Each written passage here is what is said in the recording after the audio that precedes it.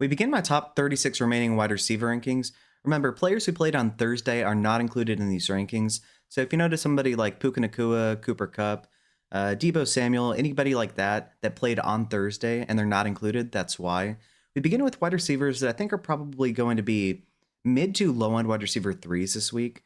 We have Darnell Mooney, JMO Williams, Christian Watson, MHJ, Elijah Moore, and Jalen Waddle. After 2 games of 5 points or fewer, Darnell Mooney exploded for over 20 this past week. His matchup definitely isn't as easy as it was this past week against Minnesota, though. Against Las Vegas, they do allow the 14th fewest points to wide receivers. I do think that Max Crosby is going to make Kirk Cousins' life pretty difficult. I still think he's going to be a fine option for us as a low-end wide receiver 3 flex type, but I don't think he's going to have one of these high upside games that we see in easier matchups. Jamison Williams in the past 5 weeks has seen 5 or more targets in each game. Here against Buffalo, I do expect them to have to throw quite a bit to stay in this game. I think it's going to be a very high overall scoring game. I do think he's going to get a couple chunk gains, but I don't think he's going to have a massive game. He is a little bit touchdown dependent in terms of if he's going to have a massive week for us. I don't think this is going to be one of those games, but I still think he's going to be pretty involved, and I think he's going to put up low-end wide receiver 3 flex type of numbers.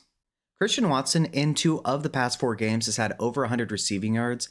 The entirety of this Green Bay Packers passing offense is quite difficult to project on a week-to-week basis. They flip around.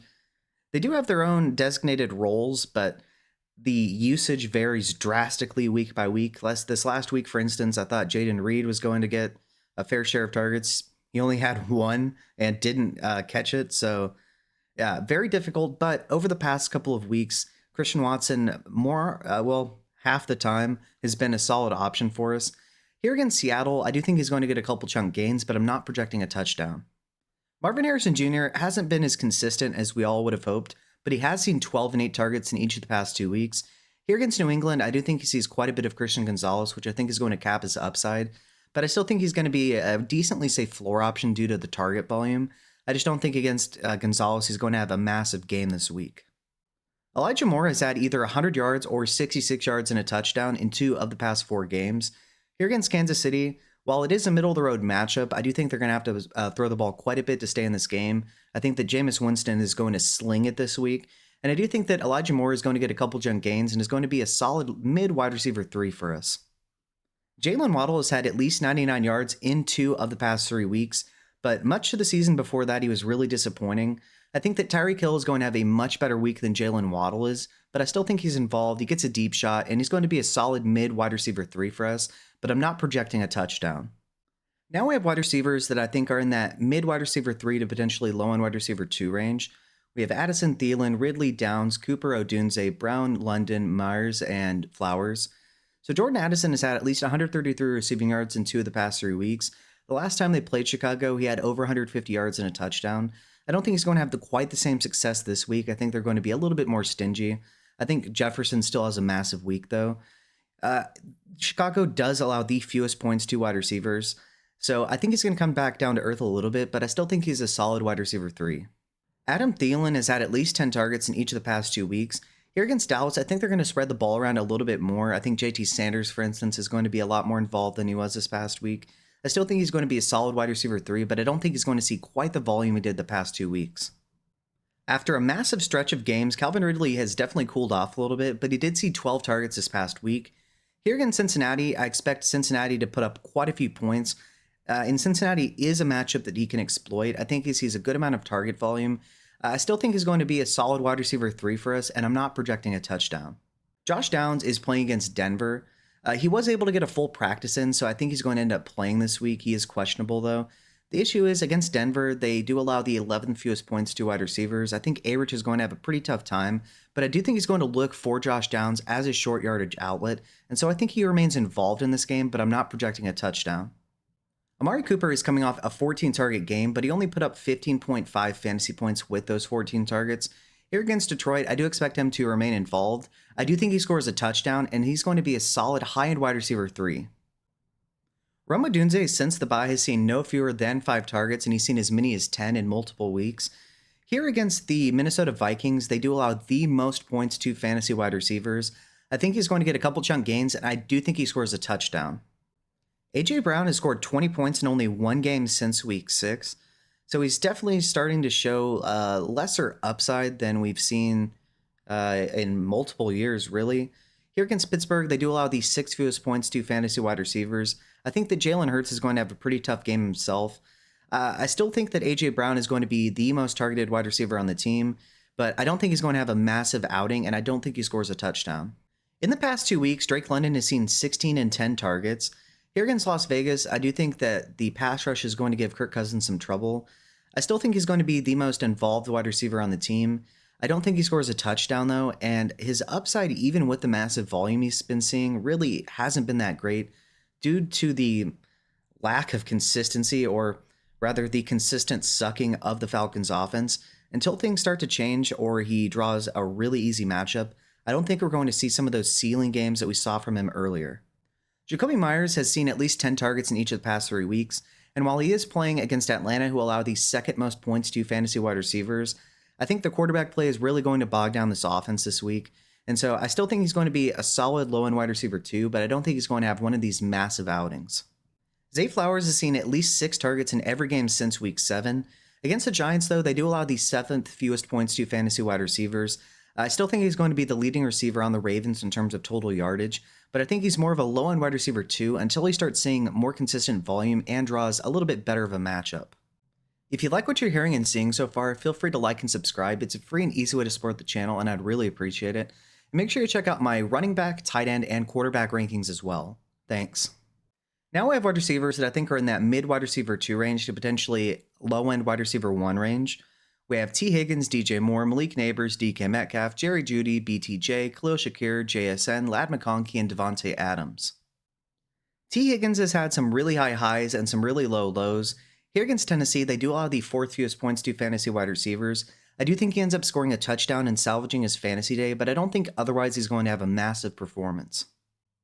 DJ Moore has seen at least 6 targets in each of the past 6 weeks, and he did put up over 25 fantasy points the last time he played against Minnesota. I do think Minnesota is going to play the Bears a little bit tougher than they did in the second half of this past time that they played.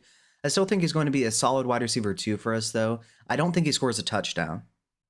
Malik Neighbors, while he hasn't been showing us the massive upside that we know he possesses, he has scored at least double-digit fantasy points in every game since week 7. He sees a ridiculous amount of targets. Here against Baltimore, they do allow the 3rd most points to fantasy wide receivers. I think he's going to have a solid game in terms of the floor, but I don't think he's going to have a ceiling game, with it likely that Tommy DeVito is going to be starting. DK Metcalf has been pretty disappointing for us recently, but with Jaire Alexander ruled out for this game against Green Bay, I do think he's going to be able to take advantage of that, and I do think he scores a touchdown. Jerry Jeudy has scored at least 14 points in every game since week 8. Here against the Kansas City Chiefs, it is a middle-of-the-road matchup. I do think he's going to be heavily targeted, though, and I don't think he scores a touchdown, but I do think he has over 100 receiving yards. Brian Thomas Jr. has had at least 76 receiving yards in each of the past 3 weeks, and he's starting to show that he's been pretty quarterback-proof. Even though T-Law hasn't been amazing this season, he really wasn't that bad, but that was the best he's seen, was a middling Trevor Lawrence. Even with Mac Jones, who's a fine backup, he's still putting up the numbers, even in what should be a tough matchup against the Jets, who allow the 2nd fewest points to wide receivers. I still think he's going to have a solid day, and I do think he scores a touchdown. Khalil Shakir is coming off his 2nd 100-yard performance of the season. Here against Detroit, I think they're going to see heavy passing volume once again. I think he's going to be the main beneficiary, and I do think he scores a touchdown. Jackson Smith-Njigba has at least 74 receiving yards in each of the past 5 weeks. Here against Green Bay, it is a tough matchup, but I think they're going to be throwing the ball quite a bit, and I think he's going to be a PPR machine, but I don't think he scores a touchdown. Lad McConkey, in the past 3 games in which he's played, has at least 83 receiving yards.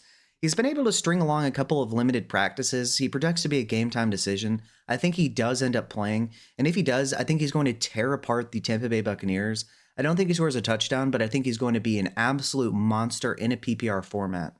Devontae Adams is coming off a 9 for 109 and a touchdown performance this past week. Here against Jacksonville, it's absolutely a matchup he can exploit.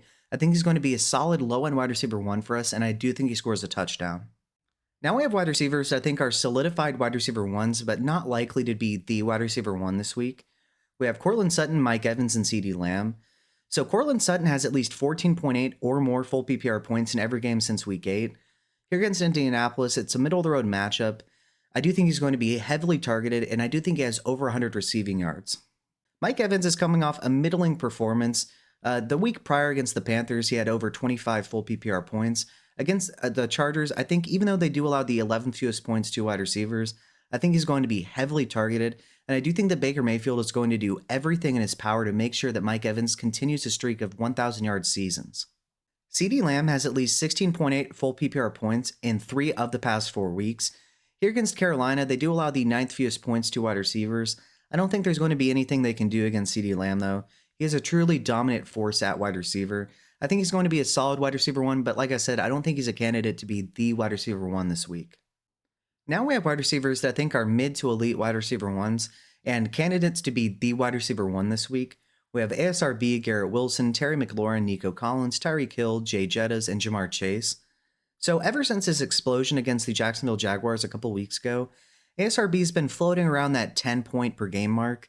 Here against Buffalo, I think this is finally going to be a game that necessitates the Lions trying, So I think against Buffalo, even though they do allow the 10th fewest points to fantasy wide receivers, I think he's going to be hyper-targeted in this game, and I think he's going to put up over 20 full PPR points. Garrett Wilson is playing against Jacksonville this week. After a really tough stretch of games, he finally had over 100 receiving yards this past week. I think he's going to torch the Jaguars, and I do think he scores a touchdown. Terry McLaurin has scored 15 or more full PPR points in all but one game since Week 8. Here against New Orleans, since they traded away Marshawn Lattimore, I really don't think there's going to be much they can do to stop him. I think he does score a touchdown and has a fantastic day for us in fantasy. Nico Collins is really starting to heat up since his return from a hamstring injury. Even though he's playing against Miami, he do allow the 3rd fewest points to fantasy wide receivers. He is far too dominant of a player, especially connected with CJ Stroud, for that to matter. I think he's going to put up a top 5 week for us, and I do think he scores a touchdown. Tyreek Hill's put up over 20 full PPR points in each of the past 2 weeks. Here against Houston, who do allow some of the most fantasy points to wide receivers, I think he's going to have a fantastic day, and I do think he scores a touchdown. Justin Jefferson is playing in Chicago this week. While they do allow the fewest points to fantasy wide receivers, and they did hold him in check the past time they played, I don't think they're going to be able to do so this time. I think he puts up over 100 receiving yards with a touchdown. Jamar Chase at this point is just as good of a bet to put up over 40 full PPR points than he is under 20, which is incredible. I don't think he's going to have that massive of a day against Tennessee, who do allow the 4th fewest points to wide receivers, but I still think he's going to be the wide receiver 1, and I do think he has over 100 receiving yards with a touchdown.